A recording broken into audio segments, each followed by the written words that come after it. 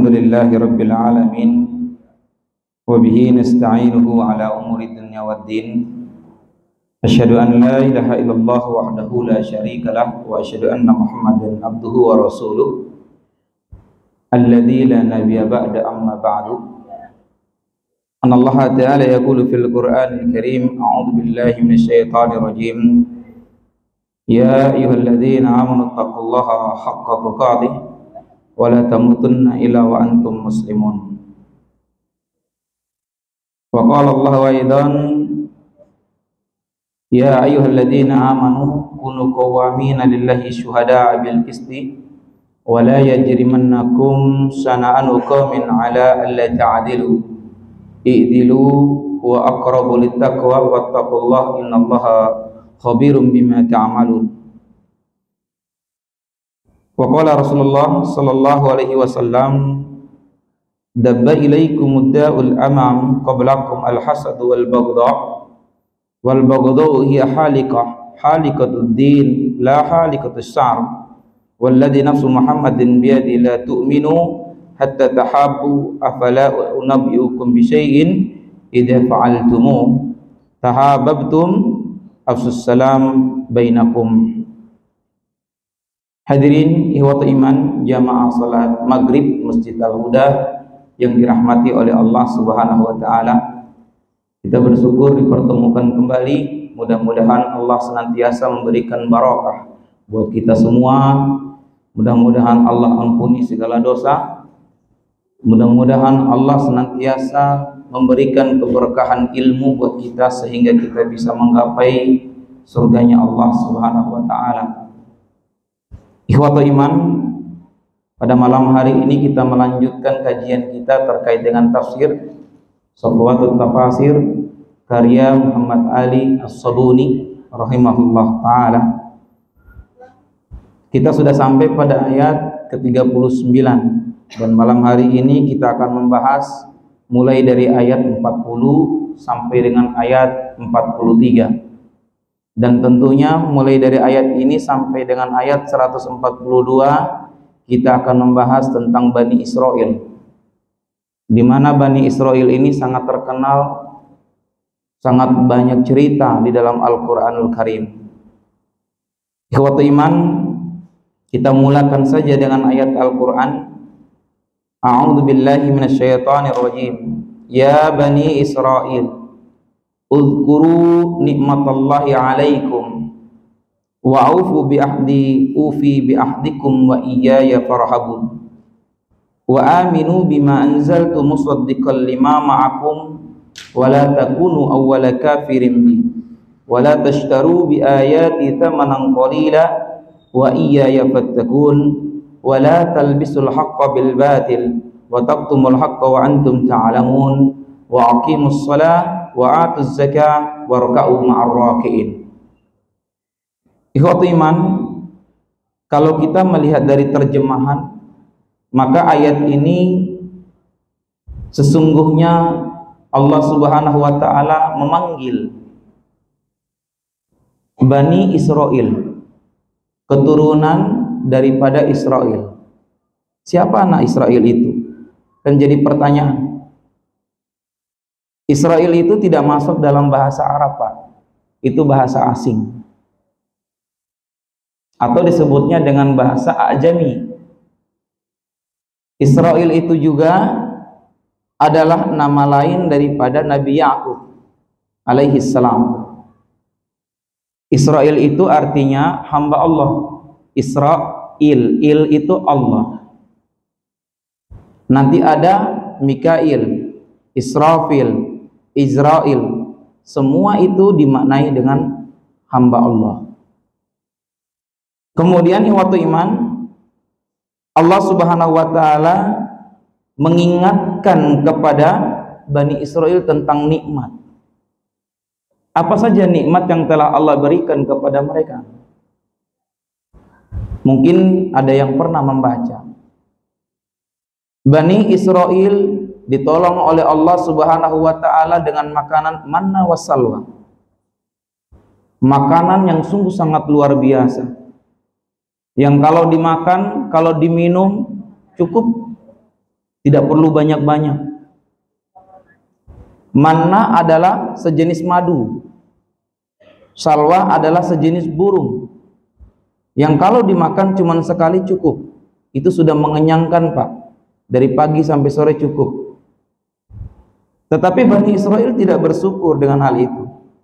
Makanya oleh Allah Subhanahu wa taala mengatakan, "Uzkuru nikmatallahi allati an'amtu 'alaikum." Ingatlah oleh kalian nikmatku yang telah aku berikan nikmat itu kepada kalian. Lalu kemudian wa'ufu bi'ahdi, penuhilah janji. Apa janji mereka kepada Allah? Janji mereka kepada Allah adalah untuk menyembahnya. Mungkin ada juga pernah membaca, nanti insya Allah kita akan menemukan ayat di mana Bani Israel diajak oleh Allah untuk ibadah pada hari Sabtu. Namun ternyata Bani Israel tidak mengindahkan untuk beribadah pada hari itu. Malah justru kalau kita baca dalam tafsir Ibnu Katsir, di sana disebutkan bahwasannya Bani Israel malah pergi memancing, sama kayak orang Indonesia, ya Pak ya. Hari Jumat malah pergi mancing, ya, betah dengan pancingannya sampai sore. Tapi tidak betah dengan Al-Qur'annya, tidak betah dengan sajadahnya, tidak betah dengan angkat tangannya memohon kepada Allah agar supaya diampuni. Saban hari dia katakan, "Ya Allah, berikan saya rezeki dengan pancingan ini." Dia tahu kalau rezeki itu datangnya dari Allah, tapi tidak mau mendekatkan diri kepada Allah. Ini yang menjadi problem. Dia tahu bahwa ikan yang diberikan itu adalah nikmat dari Allah, tetapi dia tidak mau mensyukuri nikmat Allah dengan cara beribadah. Sama juga dengan Bani Israel, 3 kali, sampai akhirnya apa? Di akhir-akhirnya, wa kunu qiradatan khasiin, jadilah kalian monyet-monyet yang hina. Akhirnya Allah kutuk mereka. Nanti Imam At-Tabari mengatakan dalam tafsirnya, tidak dikutuk jadi monyet, tapi perilakunya seperti monyet. Imam Ibnu Katsir mengatakan dia jadi monyet, tapi segolongan mereka situ saja, tidak semua. Ada yang mengatakan berarti benar apa yang dikatakan Charles Darwin. Itu juga salah, lebih salah lagi. Charles Darwin dengan masa Bani Israel jauh. Kapan terjadinya? Charles Darwin menyebutkan bahwa manusia dari monyet itu hanya karena penelitian ada kesamaan tengkorak. Ketika ada kesamaan tengkorak, dia katakan bahwa manusia dari monyet. Lalu kemudian lahirlah teori, ya, Meganthropus paleojavanicus, Homo erectus, Homo solowensis. Monyet, kemudian naik dikit jalan, kemudian ada manusia yang mau jadi anak monyet. Ya Bani Kirdun ada. Tapi kelakuan kayak Kirdun, iya. Kelakuan kayak Kirdun itu ada banyak. Rakus, luar biasa, ada. Tidak mau turun dari jabatannya, ada. Masih tetap ngeyel juga, padahal udah salah. Sama, ada. Bani Israel dikutuk oleh Allah, wa kunu qiradatan khasiin. Sebelum wa kunu qiradatan khasiin, Bani Israel ya mau ditimpakan Bukit Tursina. Tetap aja tidak diindahkan. Makanya kata Allah, wa aufu bi'ahdi, penuhilah janjimu yang engkau ingin ibadah kepada Allah kalau Allah memberikan ikan. Tetapi Bani Israel tidak. Nah, kemudian ufi bi'ahdikum, yang telah kalian janjikan itu, wa iyaya farhabun, dan kepadakulah kamu harus takut. Tunduk tapi tidak pernah takut. Kenapa tidak pernah takut? Karena memang belum dihukum secara khusus. Manusia itu kalau belum dihukum, benar-benar dihukum, tidak akan pernah mau berubah. Ikhwatu iman, kalau Allah memberikan sakit, saya rasa semua akan berteriak, ya Allah sembuhkan saya. Betul Bang? Ketika Allah timpakan musibah kehilangan mobil, yang diteriak, ya Allah, salah apa saya? Ya salahmu dewe. Kehilangan anaknya teriak juga, ya Allah. Kehilangan istrinya, ya Allah. Tapi ngejagainnya kagak mau. Ngedekatin diri itu kepada Allah tidak mau. Orang yang takut kepada Allah, dia akan menjaga barangnya itu dengan nama Allah. Contoh orang yang mendekatkan dirinya kepada Allah, jaga hartanya. Zakat nanti di ayat yang ke-43 akan disebutkan tentang zakat, tentang sholat, karena ada munasib antara ayat dengan ayat itu, Pak. Cara menjaga nikmat Allah, cara menjaga nikmat Allah itu. Lalu kemudian wa aminu bima anzaltu, hendaklah kalian beriman kepada apa yang telah aku turunkan kepada kalian. Musaddiqal lima, benarkan apa yang diturunkan itu. Mereka tidak membenarkan Taurat, Pak. Mereka tidak membenarkan The Ten Commandments yang nanti Nabi Musa alaihi salam. Mereka masih merasa berkurang. Dan saya khawatir umat Islam zaman ini juga begitu. Lebih banyak baca WA-nya ketimbang baca Al-Qur'annya. Katanya pingin tenang hidup, tapi tidak mau dekat dengan Al-Quran. Padahal kata Allah, ala bidzikrillah tatma'innul qulub. Ingatlah, dengan mengingat nama Allah hatimu akan tenang. Membaca Al-Quran merupakan mengingat Allah. Tetapi lain lagi, nggak perlulah itu. Yang terpenting saya salawatan. Sholat kagak salawatan. Ya, kan aneh. Bagaimana Nabi akan berikan syafaat hanya mengucapkan salawat, sedangkan Nabi akan melihat dari salatnya, bukan pada salawatnya. Percuma ucapan salawat tapi tidak salat. Cinta kepada Nabi tidak menjalankan sunnah Nabi. Bagaimana Nabi akan memberikan syafaat? Kalau dia membenarkan Nabi, maka mestinya dia melaksanakan apa yang diperintahkan oleh Nabi, apa yang diajarkan oleh Nabi. Ini malah nafsunya yang dia pakai. Acara sampai malam, sampai jam 12, tang tunundung kanan tunundung, subuh kelewat. Saya ngomong begini bukan tidak tahu, Pak. Saya tahu karena kadang saya diundang. Ya maklumlah kalau orang MUI kan biasanya diundang, Pak. Dan saya orang MUI Jakarta Timur, sekretaris Kajiliti. Diundang saya datang, saya lihat gitu kan. Saya mondar-mandir aja. Ternyata benar, nyanyi sampai malam, ceramah sampai jam 12 malam. Saya ngecek subuhnya, itu masjid ternyata cuma 3 orang yang sholat. Apa itu yang diajarkan oleh Rasul? Kan tidak. Apa itu yang diajarkan oleh Nabi Yakub? Nabi Yakub tidak mengajarkan kepada mereka menyembah selain Allah, karena semua nabi dari Nabi Adam hingga Nabi Muhammad mengajarkan untuk menyembah Allah. Tidak ada, Pak. Nabi Ibrahim saja ketika dia mau meninggal dunia, apa yang dikatakan? Apa yang kalian akan sembah setelahku, wahai anak-anakku? Ketika jawabannya, kami akan menyembah apa yang engkau sembah, wahai Ibrahim. Apa kata Ibrahim? Benarlah apa yang dikatakan Allah. Artinya dia ridho. Bagaimana dengan kita zaman sekarang? Nah, nanti kalau saya meninggal, ingat ya, tanah yang sana milik kamu, tanah yang sana milik kamu, mobil yang sana milik kamu, mau sana milik kamu. Nggak ada tuh.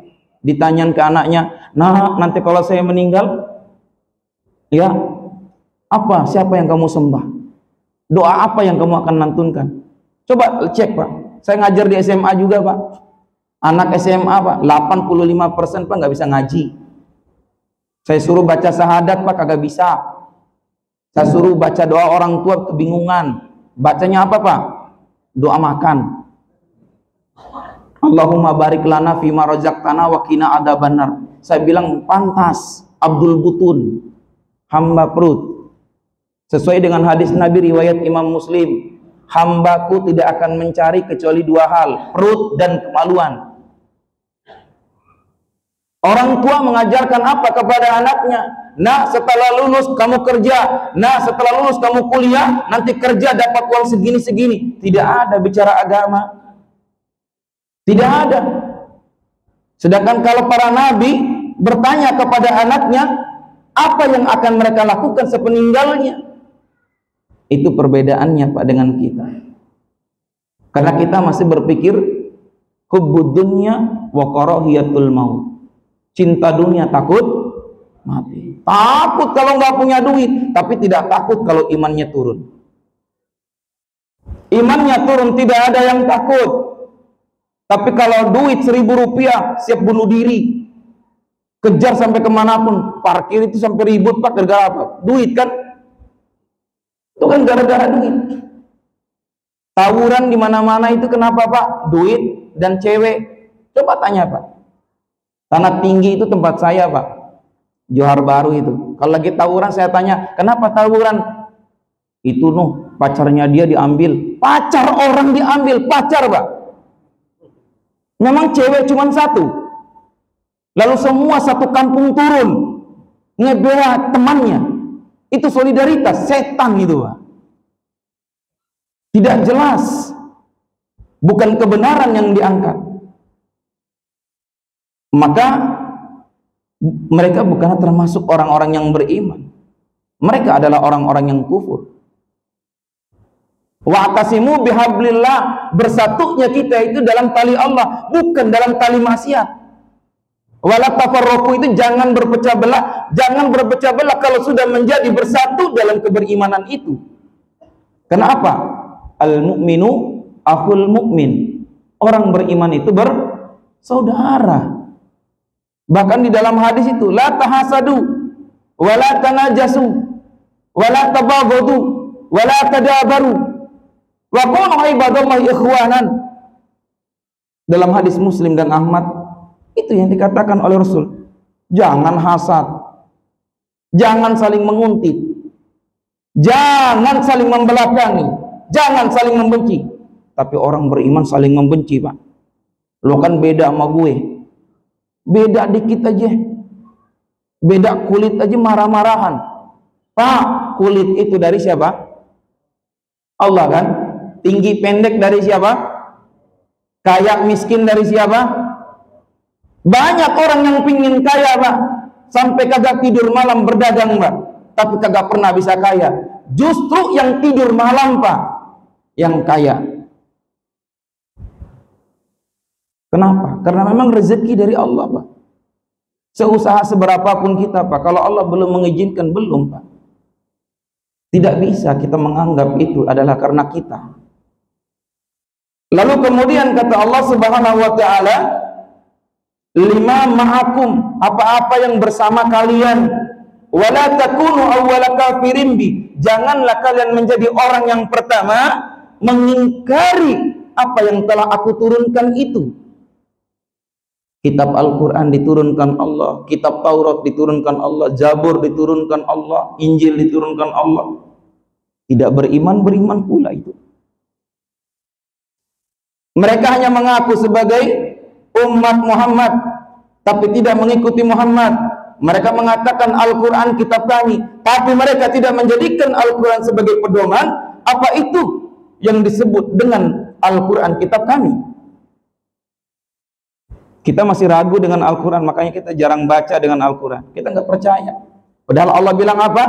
Dzalikal kitabul la raiba fihi hudan lil muttaqin. Tidak ada keraguan dalam Al-Quran, petunjuk bagi orang-orang yang bertakwa. Artinya siapa saja yang ingin menjadi orang bertakwa, ambil Al-Quran, jadikan pedoman, amalkan ajaran di dalamnya. Kalau tidak berarti kan kita ragu Pak. Betul nggak Pak? Kita ragu berarti dengan Al-Quran itu. Ketika Al-Quran bilang as-sariqu was-sariqatu faqtu aydiyahuma, pencuri laki, pencuri perempuan, potong kedua tangannya. Waduh, kejam. Betul Pak? Az-zani waz-zaniyatu fajlidu kulla wahidin mi'atahuma jaldah, mi'ata jaldah. Suruh dijilid. Ya, siapa yang berzina, laki ataupun perempuan. Waduh, Islam keras. Ikhwatu iman, coba cek. Bapak kalau kehilangan uang, kira-kira setelah tahu siapa pencurinya mau nggak motongin tangannya? Oh ini mah anak saya kan presiden, gak jadi. Itu bukan keadilan. Islam mengajarkan adil. Kalau memang malingnya maling, kalau memang zina ya zina, potong. Lihatlah apa yang dikatakan oleh Rasul kepada Fatimah. Lau saraqat Fatimah bintu Muhammad fa'aqtu aydiyahuma. Kalau Fatimah binti Muhammad maling, saya potong kedua tangannya. Kenapa? Karena hukum harus ditegakkan, Pak. Kalau hukum ditegakkan, maka negara itu akan menjadi makmur, Pak. Baldatun thayyibatun wa rabbun ghafur. Lahir negara seperti itu karena di dalamnya hukum dijalankan. Kalau tidak dijalankan, tidak akan menjadi makmur itu negara. Jangankan negara, Pak, rumah kita kalau tidak ada keadilan di dalamnya, berat sebelah, lebih cinta pada anak yang satu ketimbang anak yang lainnya, maka lihatlah akan terjadi pergolakan yang luar biasa setelah bapak meninggal. Perebutan harta sudah dimulai itu, Pak. Seorang ibu tidak akan mampu. Sekarang udah berapa banyak, Pak, kita lihat seorang anak melaporkan ibunya ke pengadilan. Betul, Pak? Lapor ke pengadilan, miris. Tidak diurus secara kekeluargaan saja. Didorong oleh suaminya, udah lapor. Kalau menurut saya memang salah juga. Kenapa? Karena di dalam hukum waris, kalau salah satu dari suami ataupun istri yang meninggal, harta itu dibagi, Pak. Nggak tunggu-tunggu. Setelah bayar utang, mengurus jenazah itu bagi. Kenapa? Karena memang sudah diatur. Jika suami meninggal dunia, maka istri itu sudah dapat, kalau nggak 1/6, 1/8. Tergantung nanti anaknya ada laki ada perempuan. Menunjukkan apa? Bagi. Karena nanti istri boleh menikah. Kalau dia udah menikah tidak diurus oleh anak, diurus oleh suaminya. Kan begitu, Pak. Tapi enggak, sebelum ibu wafat, biarkan saja harta itu terkumpul dulu. Tunggu dulu. Anaknya semakin gede, pengen nikah, kagak ada duit. Ya, jadi ribut kan? Mah, saya mau nikah nih. Mah, saya mau dagang ini, nggak ada modal nih. Akhirnya apa? Masing-masing jual tanah, masing-masing jual ruko. Kesalahan. Dalam Islam tidak begitu. Ini yang jadi problem karena kita tidak memahami tentang warisan itu. Menganggap warisan itu biasa-biasa saja. Padahal ini akan menjadi sebuah maksiat yang sangat besar kalau tidak dilaksanakan. Kemudian ikhwati iman, wala tashtaru bi ayati tsamanan qalila. Janganlah kalian menjual ayat-ayat Allah dengan harga yang sangat murah. Banyak sekali sekarang jual ayat-ayat Allah kan. Kalau dulu masih rame itu orang jual jimat. Tahun 90-an, Pak ya. Saya tahun 99 karena masih di pesantren, Pak, masih dengan didikan Al Ustadz Kiai Haji Amin Jamaluddin. Saya tinggal Pasar Rumput. Tiba-tiba datang seorang laki-laki yang tinggal di Pasar Rumput, Pak, di kandang kuda. Ustadz, mohon izin, Anda kan seorang ustadz. Padahal saya masih kecil, Pak. Masih SMP itu, Pak. Masih SMP. Anda seorang imam. Anda orang alim. Tentu Allah akan mengijabah doanya Pak Ustadz. Mohon Pak Ustadz, tuliskan jimat buat istri saya biar laris. Saya langsung kaget, Pak. Ini maksudnya apa, Bang? Jimat buat istri. Ternyata dia menjual istrinya supaya laku, Pak. Hebat kan, Pak? Istrinya dijual, Pak. Penglaris, Pak. Lalu dia bilang apa? Ustadz mau minta mahar berapa, saya kasih. 500.000, 1 juta, 1,5 juta. Wah, kalau orang bodoh mah terima, Pak. Tinggal ditulis aja, Pak. Ain, ghain, fa, qaf, lam, mim, ha. Mereka la ilaha illallah, mereka anna Muhammadur Rasulullah, baru digulung, kasih minyak hajar aswad, selesai kan? dibungkus dengan kain kafan, lalu dikasih. Ini jangan masuk, kalau ke WC tolong disimpan di luar. Kan itu syaratnya jimat, Pak. Jimat nggak boleh dibawa ke WC kan? Jimat nggak boleh Pak dibawa di tempat kotor, Pak. Ingat setiap malam Jumat Kliwon mandikan dia dengan apa? Minyak wangi, Jafrain. Selesai Pak, 500.000 dapat Pak. 5 biji berarti berapa tuh Pak? 2,5 juta. Kaya Pak, kaya. Tapi apa yang saya jawab? Bang, rela ya Bang istri dijual. Kalau abang mau dengar omongan saya dan nggak kepanasan, maka lihatlah Bang, insya Allah berkah hidup abang. Tapi apa yang dibilang? Malah saya dinasehatin, gimana sih Pak Ustadz? Bikinin jimat. Ya udah Bang, cari ustadz yang lain, saya bilang. Saya bukan ustadz jimat. Saya bilang, saya ustadz yang mengajarkan Al-Quran, ngajarin hadis. Kalau bapak, kalau abang mau belajar Quran, belajar hadis, gratis sama saya, duduk di sini. Asal kagak panas aja tuh pantat. Saya bilang begitu. Nggak jadi Pak. 500.000 saya nggak dapat Pak. Nggak dapat. Tapi saya diganti oleh Allah Pak dengan apa Pak? Suruh ngajar di TPA, dapat gaji 500.000 Pak per bulan. Kan enak Pak, lebih halal daripada bikin jimat. Padahal gampang Pak. Saya udah pernah belajar jimat Pak. Karena dulu saya punya kitab namanya Mujarobat. Bapak dan Ibu pasti tahu itu kitab Mujarobat. Tahu kan Bapak Ibu? Ya, tahu nggak Mujarobat? Itu kitab yang paling orang-orang dulu kalau kitab itu mah itu kitab induk itu. Tukang sawah, tukang kebun, ya Pak, tukang dagang, Mujarobat pegangannya. Sebelum tafsir mimpi, tukang togel pegangannya. Ya, yang nanyanya ke orang gila. Tadi malam kamu mimpi apa? Saya mimpi kucing sama anjing berantem. Oh, 4480. Pasang itu 4480 itu. Oh enggak. Salah itu. Anjing lagi ngegigit kucing. Oh, 7386. Tuh kan? Hafal, Pak. Tafsir mimpi itu, Pak. Tapi jangan dipasang sekarang, Pak ya. Nanti jadi benaran. Nah, jangan, Pak. Itu cuma sebutan, Pak. Walaupun benar, Pak. Ya, tapi saya kagak mimpi itu tadi malam, Pak. Kacau kan? Al-Quran tidak dibenarkan, orang gila dibenarkan. Ya, duit dijadikan Tuhan, dicari siang dan malam hanya untuk ketenangan hidupnya. Dikiranya uang bisa tenang hidup. Nggak bisa Pak, uang bikin tenang Pak. Yang bikin tenang itu orang merasa cukup. Bukan dengan kekayaan Pak. Orang kaya pusing Pak. Orang miskin santai-santai Pak.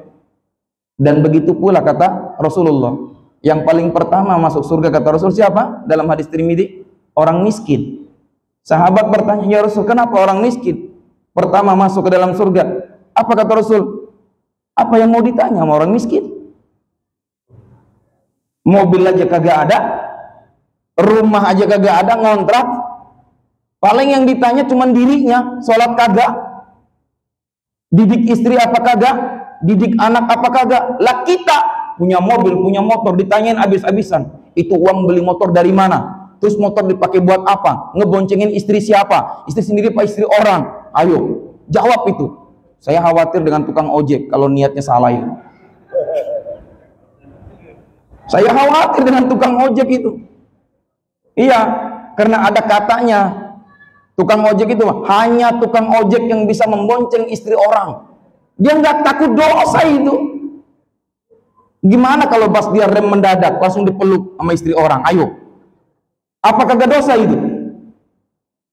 Lebih-lebih kalau niatnya untuk maksiat. Iya Pak? Kan ada sekarang di YouTube ada rezeki saya malam hari ini, saya ngantar makanan, tahu-tahu dia ajak main. Kan kurang ajar Pak. Itu kan udah vulgar, itu kan udah dosa Pak. Sekarang zamannya semuanya nampak Pak. Semua nampak. Tidak nampak imannya, tapi nampak maksiatnya. Tidak nampak percayanya kepada agamanya, tapi yang nampak adalah kemaksiatan hidupnya. Dia takut masuk neraka tapi dia berbuat ahli neraka. Tukang ojek datang sholat taubat, keluar lagi maksiat lagi, kan kacau juga tuh. Nah, itu kenapa? Di ayat yang keberapa? Ayat yang ke-42. Wala talbisul haqqo bil batil. Jangan campur adukan antara yang hak dengan yang batil. Makanya perbaiki niat. Innamal a'malu binniat. Kalau niat ngojek nyari duit, niat ngojek nyari duit, benar-benar ngojek nyari duit. Sampai ada kan di Jogja namanya ojek syar'i kan? Saking syar'inya di tengahnya dipasangin. Kan kebingungan juga, Pak. Tapi kan memang itu jaga-jaga, Pak. Mau tidak mau. Nah, apalagi sekarang tukang ojek itu nggak cuma laki, perempuan.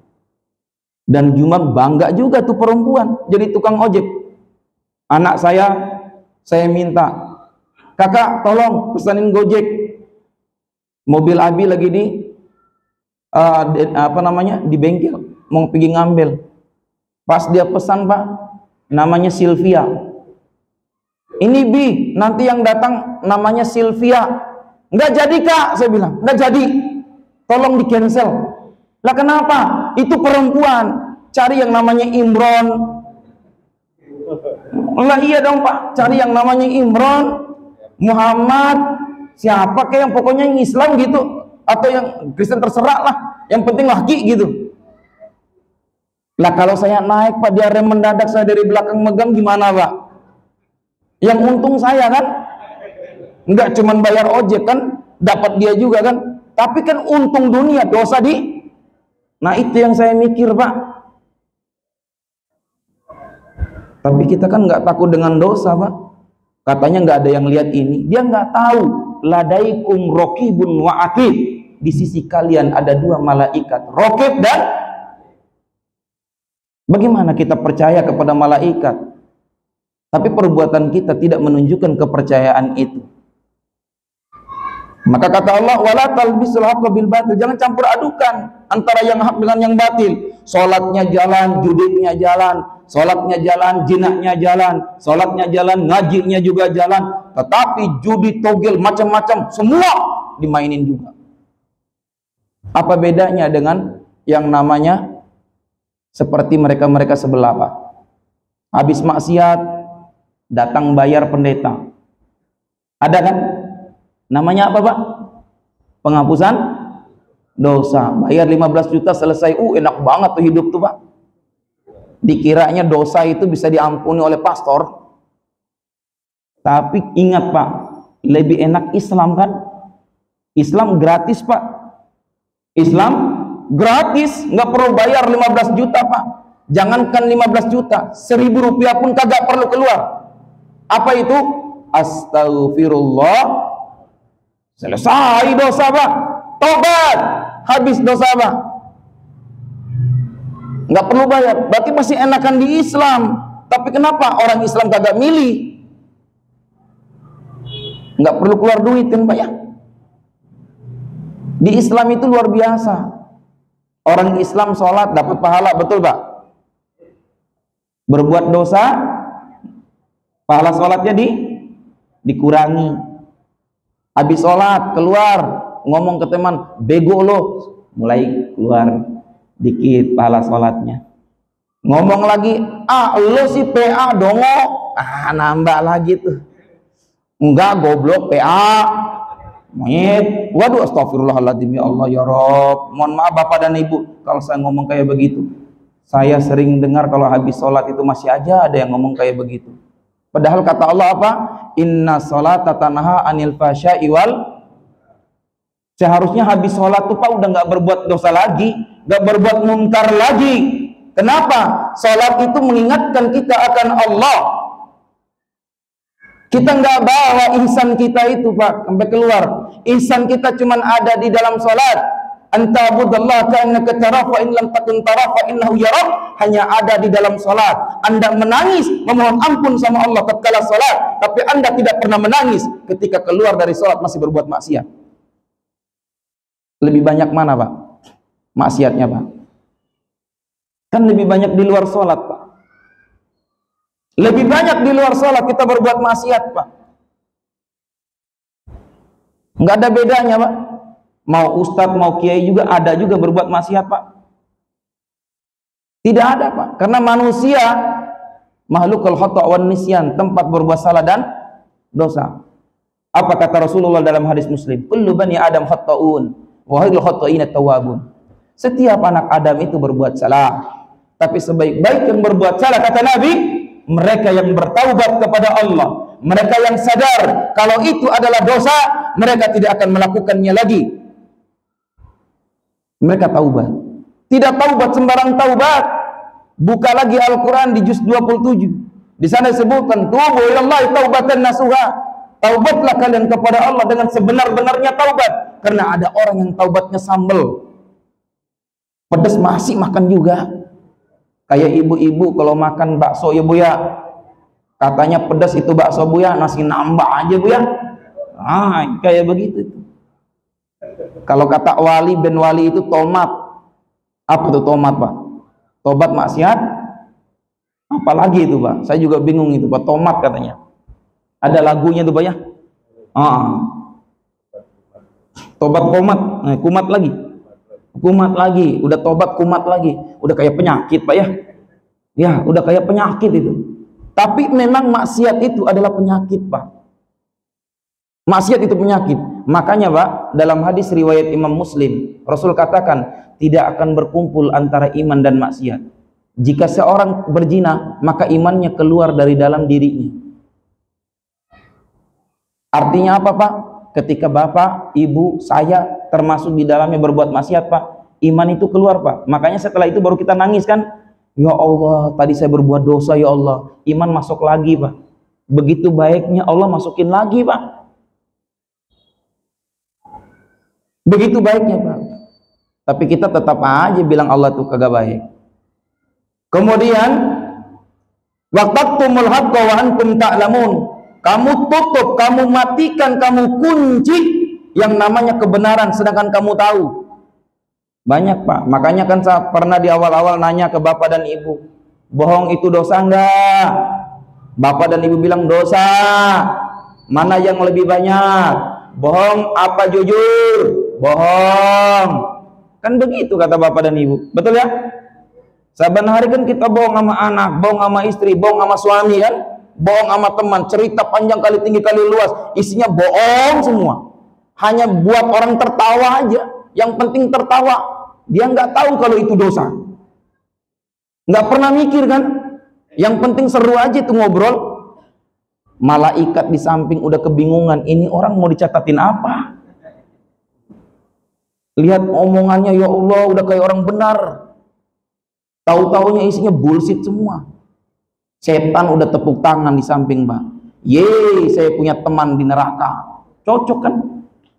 Waqtaqtumul haqqa wa antum ta'lamun.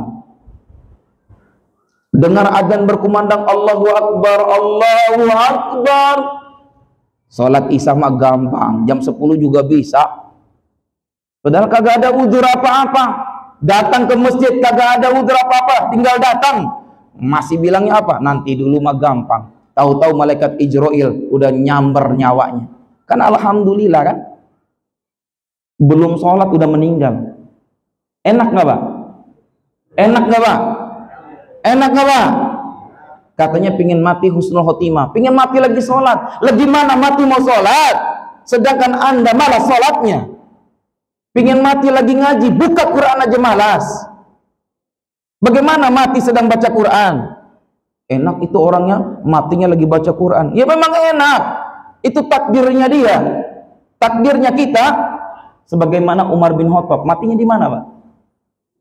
Matinya di mana? Di atas ranjang, Pak. Khalid Al-Walid matinya di mana? Di atas ranjang, Pak. Apa niat mereka? Pengen mati di medan perang, Pak. Takdir Allah beda, Pak. Takdir Allah beda. Ikhwat iman yang dirahmati oleh Allah Subhanahu wa taala, wa taqtumul haqqa wa antum ta'lamun. Kamu tutup, kamu kunci yang namanya kebenaran sedangkan kamu tahu.